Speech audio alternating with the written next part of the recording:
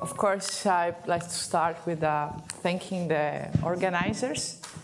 And I must admit, the first thing I said when I got the message, and I told the organizers, I'm not high-performance computing person, so I should not come. And they said, but I'm here, so it means that they convinced me to come nonetheless.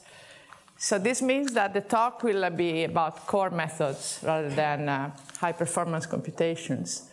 In a way, the message I would like to give you is that we first need to think about methods and how to view the problem, and then maybe go to high-performance computing at some point, eventually. So the plan is the following. The first part of the talk is about something you have certainly seen already from me. And just a recap of what I've been done for a while now. And then some new stuff. And in particular, so what is my plan to do in the near future? And some application which I find extremely exciting, probably not too difficult, but very exciting. Okay? So some matrix equations in different contexts. So we start with the Sylvester matrix equation, and the unknown matrix is in boldface. So everywhere you see a boldface, this is an unknown matrix. These are all linear equations, matrices. All the matrices here, like here in A, B, are matrices. In general, they will be very large, either of them or both of them. And D, in this context, is just rectangular if A and B have different dimensions. Sylvester matrix equations now arise in a large variety of applications. The more we are able to solve these equations, the more arise. That's amazing. So 30 years ago, people, or even less, were very afraid to formulate problems in terms of matrix equations because they didn't have the tools to solve them for large-scale problems. Nowadays, we do have a variety of methods that, in a way, generalize what we know for linear systems, and they can afford the solution of very large problems, with A and B very large, meaning 10 to the 6th. Okay? So with some constraints on the data, of course, as usual. And so a particular case is the Lyapunov equation, where B is equal to A transpose. At that point, D is square, of course. And usually it's also symmetric.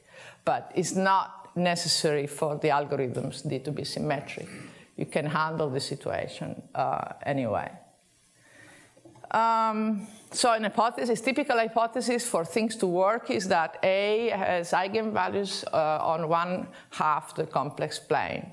It's not necessary, but it's sufficient. The necessary hypothesis is that the eigenvalues of A do not have real part with plus and minus. So otherwise they will collapse and the matrix, the coefficient matrix, will become singular. Okay, so the more general situation is the multi-term, what I call the multi-term matrix equation. So you see the generalization of the situation where now you have matrices on both sides. Actually, we'll see later, so we'll see later this type of equation, which is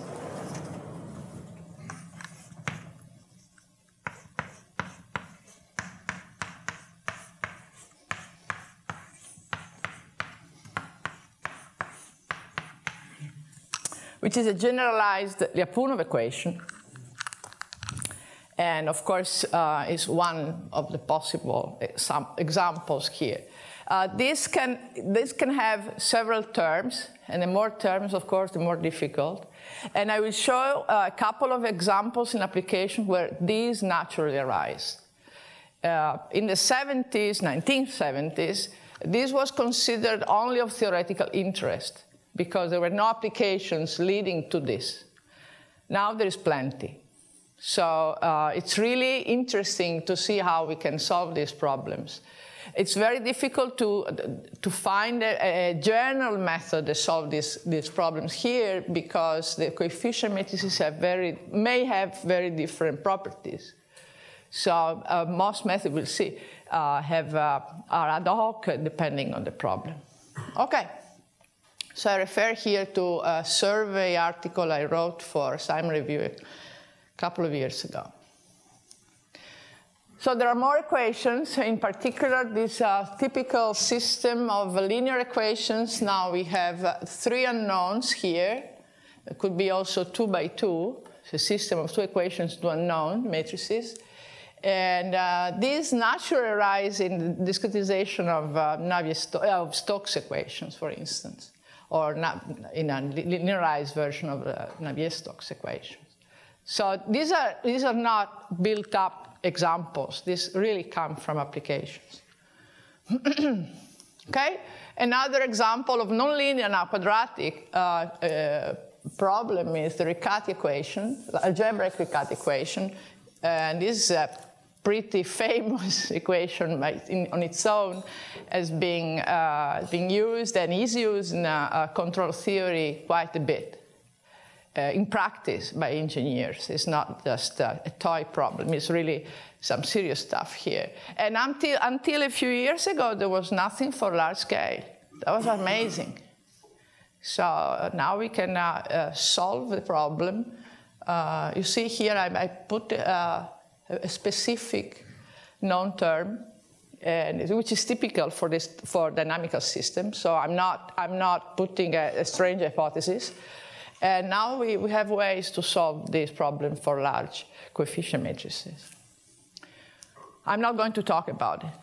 And the next challenge, at least in my little world, is to attack this type of problem here, which is, as you can see, a generalization of this one. If you write this using Kronecker product, you get the cron of, let me write it so you don't have any mental jump.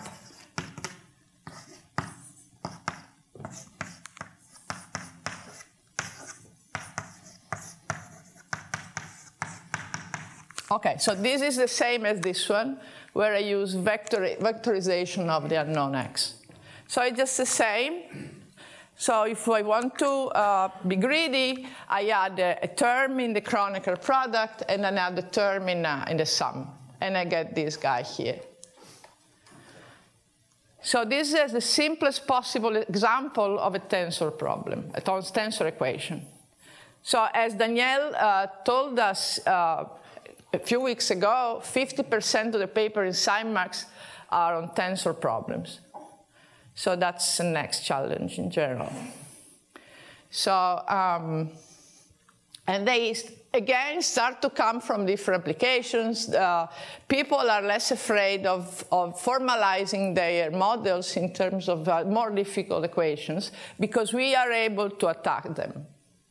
So that's one of our really duties, to help these people in applications and solve the problems in the most natural way they should be put.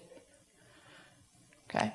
So this is not the natural way. This becomes a huge linear system where vector x is something really very high dimension. This is not the natural way to put it. Okay, but this is the only way you can solve it in general. So until a few years ago, there were no tools here. Now there are many people working on this type of things. I haven't seen much on this particular equation. So, okay, we'll see. So let's do some basic stuff. I'm sure all of you have heard this from me in the past few years, but nonetheless, just to have an idea of set the notation, we say. Okay, so we work with the simplest possible case, standard Lyapunov equation, and I put the standard constraint that the known term has low rank. So B is a tall matrix. And we want to approximate the solution X in a space, and the solution X, we hope, and it can be proved actually, that we can be well approximated by a low rank matrix. Just because of this fact, the low rank of the known term, and if in case A has good spectral properties. So we look for an approximation in a low space dimension approximation space. And we define the residual. Just ask yeah? a question. So this would be like a truncated separation of variables if the equation was a Laplace equation, for example. So you are ahead. Wait, it will come. So you already know everything, you see. Indeed, that's the truth. That's exactly what you get if you discretize a Laplacian. Okay, in the natural way, without doing lexicographic order. Precisely. So that's it. Very easy. Okay. Anyway, so let's continue. We define the residual for some approximation, and we impose this classical Galerkin condition that for in matrix terms, the Galerkin orthogonality defined in the matrix space means this, where Vm is the columns of Vm contain a basis for the space. So given this, now everything is natural, meaning that we assume that this has orthonormal columns. We write the approximation xm this way, and y is the small matrix unknown so far. And we substitute our residual in this equation, and we get this. Simplify the v's whenever they appear in v transpose v, and we get a small scale matrix equation, which is again a Lyapunov equation because it has a matrix here, the unknown, and it's transposed over the previous matrix there, and then a known low rank term. So this is not certainly new. It was first proposed by Joseph Sade in 1990, and then again developed by Gianluca and Casenali in 1994, and then abandoned. The space they chose was the standard Krylov space. Was abandoned in 1994 after this because this was not sufficiently effective, this space. So this means that they needed a very large space to be able to get a good approximation. So you cannot really solve large problems with this constraint, large space. We know this from GMRS. And here you need to keep the whole matrix, the whole basis, exactly in GMRS. So preconditioning for the standard vector linear systems came up to avoid the generation of big spaces. Here we cannot do preconditioning. So this was abandoned. But fortunately, in the past 10 years, 15 years, new spaces came up, which I tend to call second generation Krylov spaces, and it allowed to resume this idea and make it effective. And these are, for instance, extended Krylov subspaces where you include also a space in AV inverse, a very obvious space, but until Druskin and Klisterman used it in 1998, nobody had thought of that. And then they used it for matrix function, and I applied it to this matrix equation context, and it seems to work very well for the Lyapunov equation. And the next step is to use general rational Krylov spaces, where at each iteration you use the rational function, in particular the inverse of a shifted version of A, where let's mention, it is crucial, this is not going to be singular because A and minus Sj have the same sign. So they are both on the left half space, complex space. So there is no singularity issue. And these spaces came up with Axel Ruhe in 1984 for eigenvalue problem. So in that case, he did have a conflict of sign, but now with the completely different arguments, we can solve that issue of almost singularity. But these methods have been around, I mean, these spaces have been around for a long time, since '84. But even there, people were a little scared to use them because at each iteration you have to solve a linear system. So these second generation spaces rely now, and they are so much used, this is state of the art for these matrix equations. They are very much used because, thanks to people in direct methods, for instance, we can now solve very large systems pretty easily. So now that the linear system set framework is mature, let's say, we can attack more difficult problems and use spaces like that without too much effort. Okay, so we build up on what people in our field have done in the past 40 years. Okay, so in both cases, of course, the general setting, projection setting I wrote earlier still holds because the choice of the space was still to be made. So we still get the projected problem. We solve the projected problem with some direct method, like Bartlett-Stewart method for Lyapunov or Sylvester equations, and we are done. Then with a larger space, you are not happy, like GMRS, the same.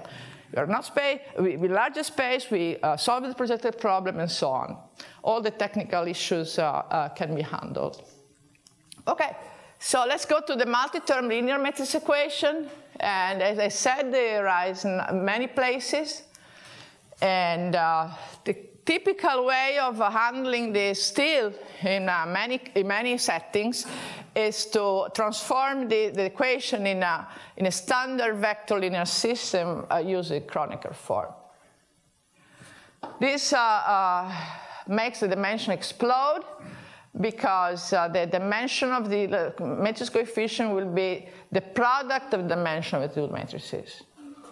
So they become extremely large right away. So many people have tried to solve these systems, for instance, by using matrix-matrix multiplication in a clever manner, taking into account the presence of the Kronecker product and rank truncation. So these are just few of the people who have been working on this problem. It's now really of great interest.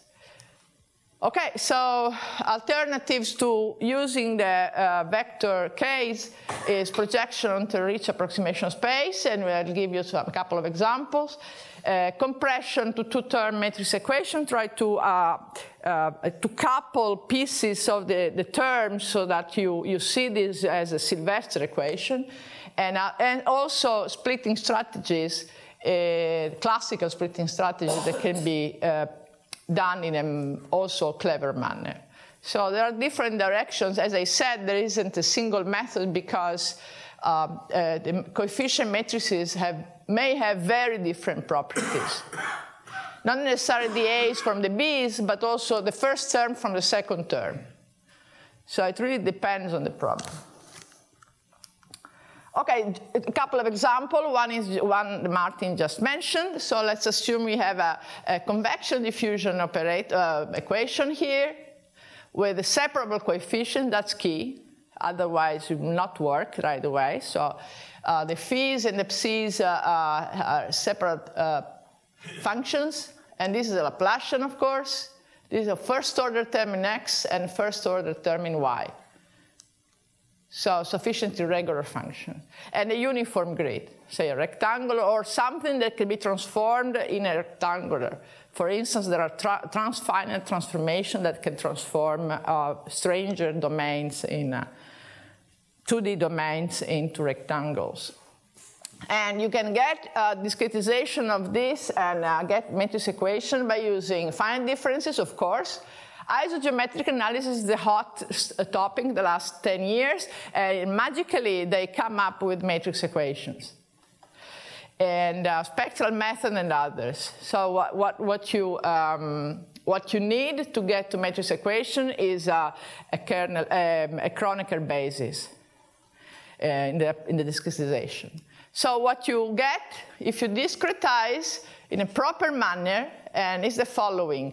These two guys here are the discretization of the Laplacian.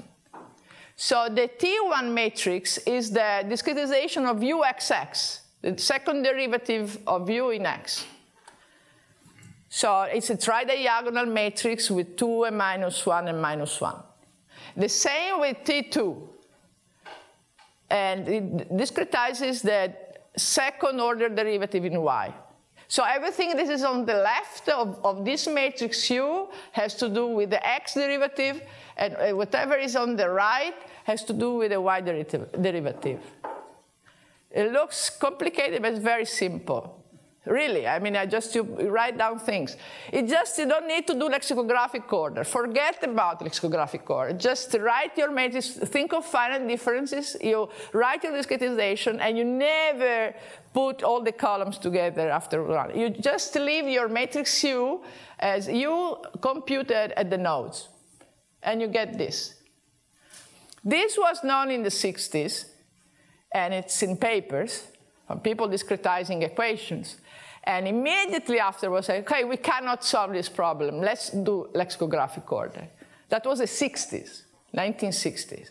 So now we can solve this directly. Many cases. So, and of course, it's much faster because all the vectors will not be the dimension squared, so the product of the dimension. These are much smaller problems than the vector cases. So the orders of magnitude smaller. Timings are orders of magnitude. So whenever you are in setting that allow this, please try to proceed in this direction. Yes? In this case, is the solution also low rank? As I said earlier, yeah, there is no proof for that. There is no proof, so it would be nice to have proof. But if F is low rank, what the experience showed that U is going to be low rank, but there is no proof at the moment. Okay, so another example, I try to be brief here, is stochastic steady-state diffusion equation, where you have the coefficient here is a random field, a linear function of a finite number of random variables, and what you can do, one possibility is to use a truncated expansion for this coefficient here, around the average, so the expected value of the diffusion coefficient. So you see the number of terms in the expansion is m, and this will give you the number of terms in the matrix sum, matrix equation sum. Okay, so what people do, and you see it in papers, is to get to this point here, ax equal to b, where a has this form. The K's that represent the discretization in space, and the first one is the stiffness matrix, and the other K's are this sort of stiffness matrices, but can become indefinite. And we have a lot of information on the spectral properties of these matrices. And the G's are the corresponding mass matrices, say, in the random variable space, which is a space of polynomials. So we have two parameters here that are very crucial. P, which is the degree of the polynomials that you use in the random space, and M, which is the number of terms in the expansion for the coefficient of the operator. So the dimension of the problem here will be nx times nx, where nx is given by this guy, and this explodes quickly, and nx is the typical discretization parameter for space. So already in 2D can be very large. So of course, since we know that this quantity here is going to be related to a matrix equation, we can rewrite the problem in terms of matrix equation, write the residual, and impose Galerkin condition. The way we did earlier for the simplest possible case. Just the same, equal. Here we are only projecting the space variable, not the random variable. So, and this works very, very well. So some challenges that we had to face with David Sylvester and Catherine Powell is that there are different matrices, as I said earlier, so they have to take into account the fact that they have different spectral properties. And other technical issues like the fact that the residual cannot be computed. And so they have to check the accuracy in some other way. It's too large. It's too large. So anyway, so if you're interested in a CISC paper in a couple of years ago, I'm not giving any computational results so far. So some properties associated with these matrices. This is rather new. So let's change slightly notation in terms of indices, and let's introduce, this is trivial stuff. The notation is a little heavy, but it's trivial. Let's introduce the two operators, the matrix operator, the associate for a matrix X, the sum, okay, and the corresponding matrix in Kronecker form, SL. So solving S of X equal to F corresponds to solve the linear system, the vector system. So that just notation. And the Galerkin condition that I imposed earlier correspond to the standard Galerkin condition on the residual for the standard vector linear system. Again, just notation. To show that we are not doing anything fancy here. Just making a connection between matrix conditions and vector conditions that we are very much aware of. Okay? So we define what we mean by a symmetric and posit definite operator here. And of course, this property for S is the same property for our matrix. So we define symmetric posit definite for S in terms of SL. So nothing spectacular. And the inner product here corresponds to the trace of this guy, of the sum of the operator. So we define the norm of a matrix, the S norm of a matrix as this inner product here. This was already used in 2010 by Van der Eyck and Van der Walle. So no news here. And then a general statement that if our operator is symmetric and posit definite, the Galerkin condition minimizes the error in the given norm. This is like CG, right? But we are not using CG. We are using a matrix equation solver. So for a multi-term equation. So everything goes the way we would like. So although we are working with a much smaller dimensional space, and everything goes through. So if things are good, we minimize, yes? Which kind of Krylov subspace do you use for extended? No, that has no role. No role. No role. If you have a Galerkin condition on a given space, you minimize in that space. The space is here. The right space, the space for the A's and the space for the B's. Whichever space you have a Galerkin condition. Then you minimize the error in that space or those spaces, that are, if in case there are two. So this is a very general result. Okay, so there was something in this direction already in Kressner and Tobler, but for a less general setting. Okay, so just to give an simple example, for Galerkin approximation of the Lyapunov equation, which is the simplest possible matrix equations, the S norm of the matrix is twice the trace. Just a simple example of the previous general statement, yes? Is this equivalent to positive definite for the Kronecker product in the usual sense? Yeah, this is what I stated here. We define symmetric and posit definite in terms of the Kronecker matrix. So, yeah, precisely. So in the case of the Lyapunov equation, the error satisfies the, as I said, minimization problem. And this is so simple here, right? The error is twice the trace of this guy. So this is exactly CG. CG, you know that you minimize the error in the A norm. If this were a vector, if capital E here were a vector, this would be CG norm, right? So it's natural, very natural generalization. Okay, so that's it for matrix equations. Let's go for a couple of pages to tensors. something that excites me a lot, but I haven't done much so far. So this, okay. Okay, this is a technical issue. You see, there is no, the right-hand side here, well, the known term here doesn't play any role. If in case it's symmetric, you can choose V and W the same. Okay, so the tensor equation. So people right now are working on multi-term tensor equations where you have many Kronecker products here and many terms here. I got scared about this generality, and I prefer to start from the simplest possible case. 3 terms and 3 matrices, okay? And I haven't seen much on this, and if you have, please let me know, okay? If you want to solve the large problem, you first need to solve the small problem, because whenever you project, then you have to face the solution of the small problem. So first, let's solve the small one, and then we'll go to the large one.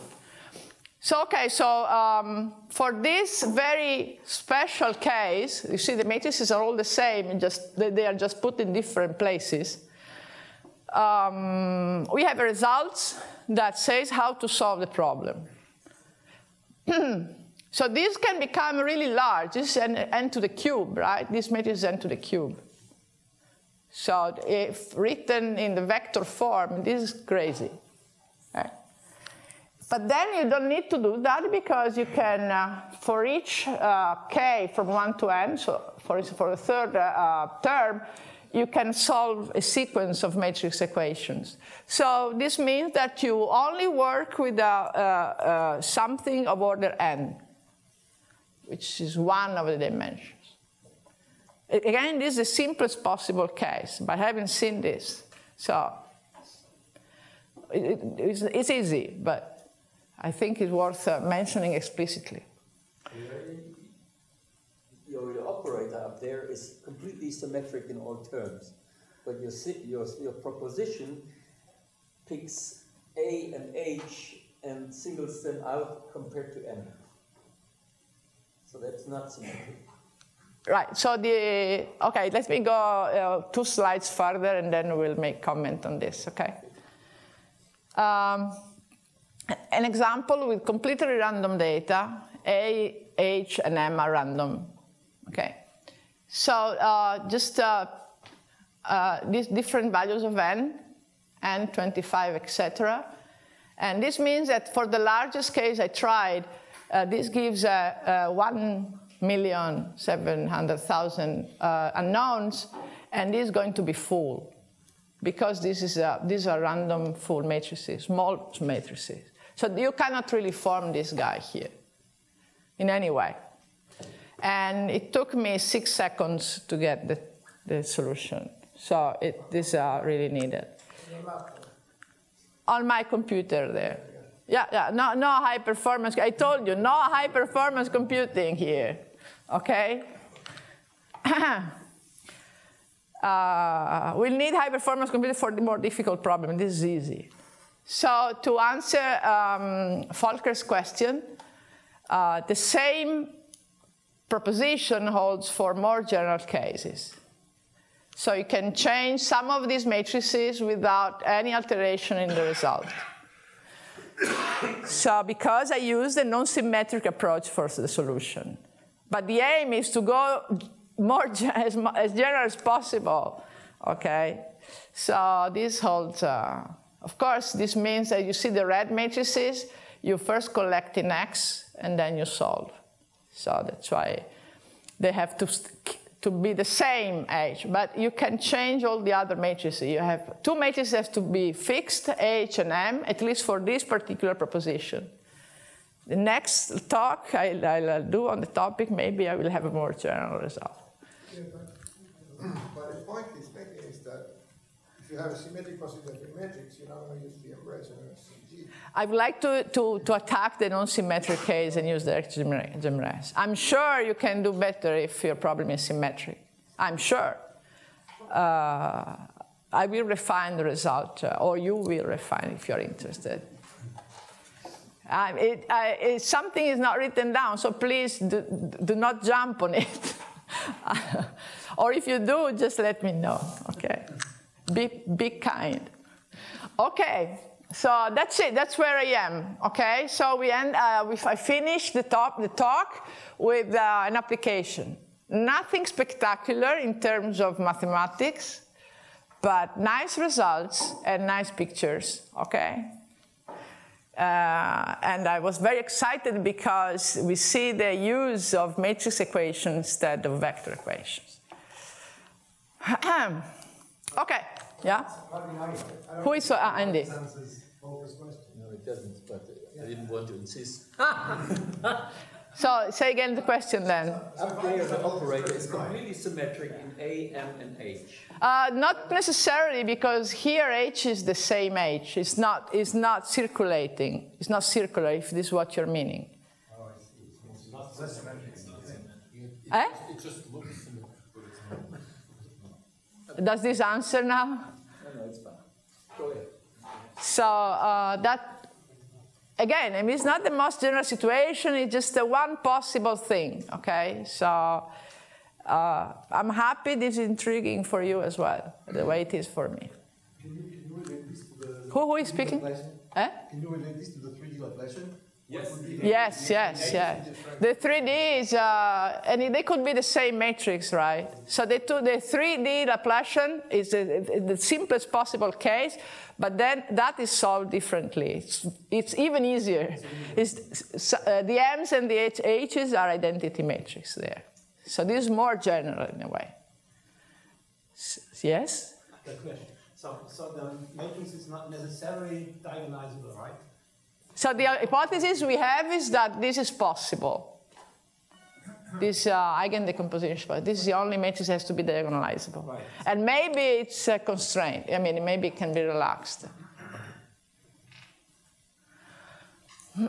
But other than that, no other constraints on the matrices. I took random matrices. Of course, these are usually diagonalizable, but you have to be able to solve these Sylvester equations. Can I ask one as well? You won't see the pictures. Well, I can see how you can write the PDE like this. An integral equation, I don't know how, could you write it in this? I will be happy to solve a convection diffusion 3D problem. So it's a differential equation, not an integral equation. I have no idea how to handle the integral equation. If you do, I will be happy to. And if you look in the tensor community, they've written a lot of these things in tensor format, and then it's usually the question how you shape the indices to get it. So it's possible to have the Green's function in the H and M such that the A is actually changing in the right way. But yeah, what people do is to then try to approximate the final operator by means of a Kronecker sum like that. So that's there is a lot of work from people in the tensor community associating issues with the PDE communities and integral equation community. So it's really a booming area. But I try to start from simple case instead of the general multi-term, multi-cron case, which is very confusing to me. Simple-minded, eh? It's very appreciated by the audience.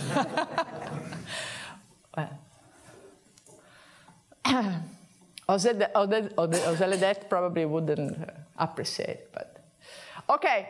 So let's go to the reaction diffusion PDE, so an application. This is a simple example where this L is a diffusion operator linear in U, will be the Laplacian or a scalar multiple of the Laplacian. And F contains the nonlinear reaction terms. Then we have a time here, so it's time-dependent PDE, and a starting value for the solution, and a proper boundary condition will be Neumann on certain parts, and Dirichlet in others. Okay, so we are actually interested in a generalization to a system of these with the same notation for L and F. And 2D problem. At the moment, simple 2D problem. The idea is to go to 3D. And a lot of applications, especially in biology, but also more recently in metal growth, tumor growth, and biomedicine in general. The application we are interested in, and I was very excited about the nice pictures that they get, is a mathematical description of morphogenesis.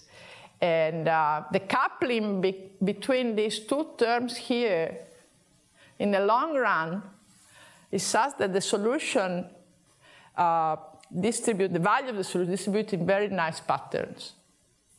And in particular in labyrinths, spots, stripes, it's so cute, you see.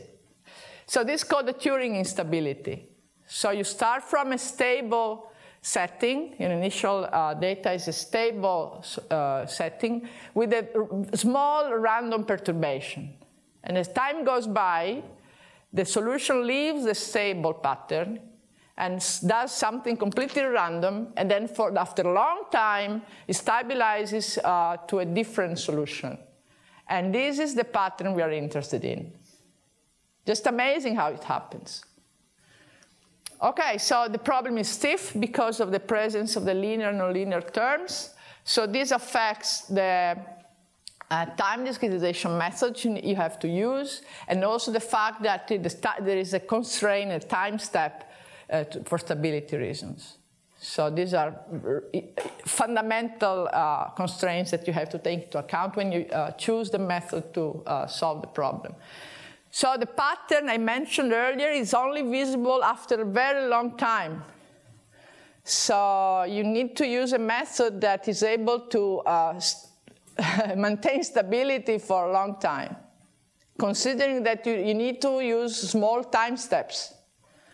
So it's for only the patient ones, okay? And also the fact that the true pattern is only visible if you approximate the domain well, so very fine discretization of the domain, and if you take a large enough domain.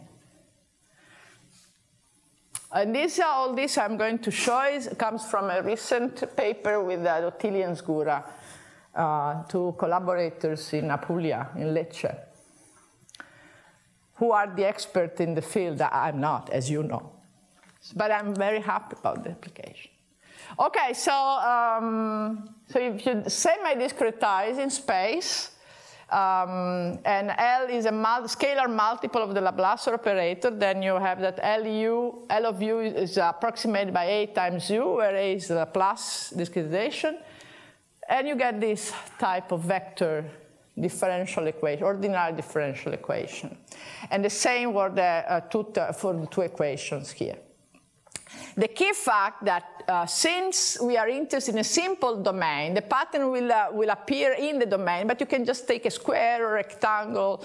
You are interested in the inner part of the domain, not the border. So you can take a rectangle, and then in this case, our A is a Kronecker sum. So from now on, you know what I'm going to do, right? So I'm transferring the Kronecker stuff into matrices and solve with matrices, and convince you that working with matrices instead of the vector case is better. That's it. Okay, so our matrix vector multiplication here will be, if we want to see the correspondence, the vec form, so the stacking all the vectors of this operator, the way we saw earlier for the Laplace operator discretization. Okay, so if we do this, we can rewrite the two equations, two problems here, single equation and a system, like in matrix terms, like this. Now U is a matrix, the same matrix you saw earlier, with the nodes, with the value of rows and columns corresponding to the value of the nodes in your domain. So this time derivative, and then you have this Laplace operator, and there's the nonlinear term computed element-wise. The same for the linear system, for the system, sorry, not linear, for the system, ordinary differential equations now. So let's look at some of the methods. As I said earlier, these methods are not any method because the problem is stiff, so there is a class of methods you can use. So one of them is first order, right? The IMAX method, implicit and explicit. So you treat implicit the linear part and explicit the non-linear part. This is standard. So first order Euler. So you discretize the derivative here, and also the linear term is done implicitly. So if you rewrite this in terms of your unknown, you write this. Okay. So in matrix terms, you do exactly the same, only that you have to, you can avoid building the full A, so you have the matrix here, and you put everything with n plus 1 on the left, and voila, French say, voila, you get a Sylvester equation to solve, okay, at this iteration, instead of a matrix of n squared the size. So you have a, so these are small-scale problems. At the moment, we are not working on low-rank known terms here, so these are full matrices. Okay, second method is a second-order semi-implicit backward differential formula. So it's a harder method, but it's supposed to be more accurate. Same idea, and you get the matrix equation, again, a Sylvester equation at each step, instead of a linear system. Can you say why you don't use implicit midpoint rule, which would be much more appropriate if you get a symmetric operator? That's okay. You can do that too. Okay. This doesn't make much of a difference. The big step is to go to matrices. Not you can choose the method you want as long as it's appropriate for the problem. That's what people in the field usually use for this type of problems here. They didn't go south with Fokker. Eh? They didn't go south with Fokker. Yes? Is there a reason why you put the identity into the first term and don't distribute it equally in the first and second term? That would be the implicit midpoint rule. Yeah, I mean, it doesn't really. So consider that this. I don't think so, because it's the same equation. No, this is not the same. I just put the identity half into the second term. That's the same problem, same Euler, IMAX method, but it's now in the equation form. It has the same matrix on the left and on the right. But it's the same method. So you would like to put this also on the right? No, just when you write it in matrix here form, in the red equation. Yes. You take half of the identity there. Okay, we have done that too, but it's not really a problem. So this, okay. The question is, why do you put it all on the left, this identity? It doesn't, I mean, you can also put half here, half there, it doesn't really matter. Exactly the same equation, yeah. But it doesn't change the solver because now you have the same matrix on the left and the right. So it's an A. No, this is T2 is the transpose of T1 because there are boundary conditions that make it non-symmetric. There are boundary conditions that make it non-symmetric. Yeah, so it's a Neumann condition that makes it non-symmetric. And so you really have, in practice, you have to shift the problem to make it non-singular. I mean, there are a couple of issues. I'm not talking about this. So there is a reason why this identity is not. Yeah, it could be both sides, but these are not going to be the same matrix. Okay, but for a small quantity, but I'll say this in a bit. Okay. So, yeah, I could put a piece of this on the other side. Doesn't really matter for Bartley-Stewart's method. It doesn't make any difference. Doesn't make any difference. Okay, so you can use exponential integrator. In the first order Euler case, that's a typical formula you use, where phi1 is the first phi function. And so what you do to compute the next iterate is to first compute this guy. I called it V, which means solving, applying the exponential, solving for A, and then adding the terms. You have a 2 exponential here. A is big here, okay? Because it's the Kronecker sum. So this has to be approximated. In matrix terms, since you have a Kronecker sum here, this corresponds to a very nice property for the exponential. And you can pre-compute the exponential. These are 100, 200 by 200 matrices, so it's much smaller. And then the solution here corresponds to a Lyapunov solver, and then you add the solution. A few caveats. Dimensions of T1 and T2 are usually modest. So as I said, 200 or 300 or 400. Nowadays, these are not big numbers. And so they are quasi-symmetric. The non-symmetry is due to the boundary conditions. Again, I mean, this is not really an issue at the moment, so we could probably make them symmetric. And do not depend on time step. So what is done for the sake of efficiency is that they are diagonalized, and the whole iteration in some of the cases are done on the eigenvalues, basically. This is not possible for the big problem, of course. Okay, so this is what you expect. This is a Turing pattern for this particular choice of the two nonlinear terms. This is a system. This is a system. I showed the formulas for the single equation, but the same formulas can be written for the system. So this is it. The expected pattern is a little bit out of focus because the figure otherwise is very heavy. So I just showed a lighter version of it, but it can be made more focused. And this is what you get if you don't discretize well enough the domain. This is the same domain, 100 by 100, 0, 100, 0, 100, and you don't get the wanted pattern. This is a labyrinth. And that's a problem. So,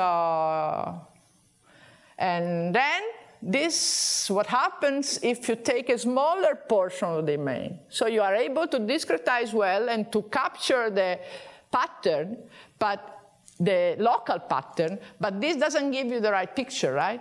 So it's just too small. The domain is too small. So you need to take a large domain and a fine enough grid to capture what's going on. I find it so exciting.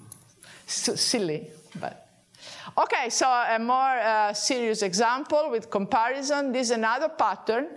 This is a classical Schnackenberg model with these choices of f, again, is a system. And you get these values after a very long time. If you stop earlier, you see strange things very far from this. So these are two pictures. I'm sorry, probably are not clearly visible. So here I fix that space dimension, and I decrease the time step.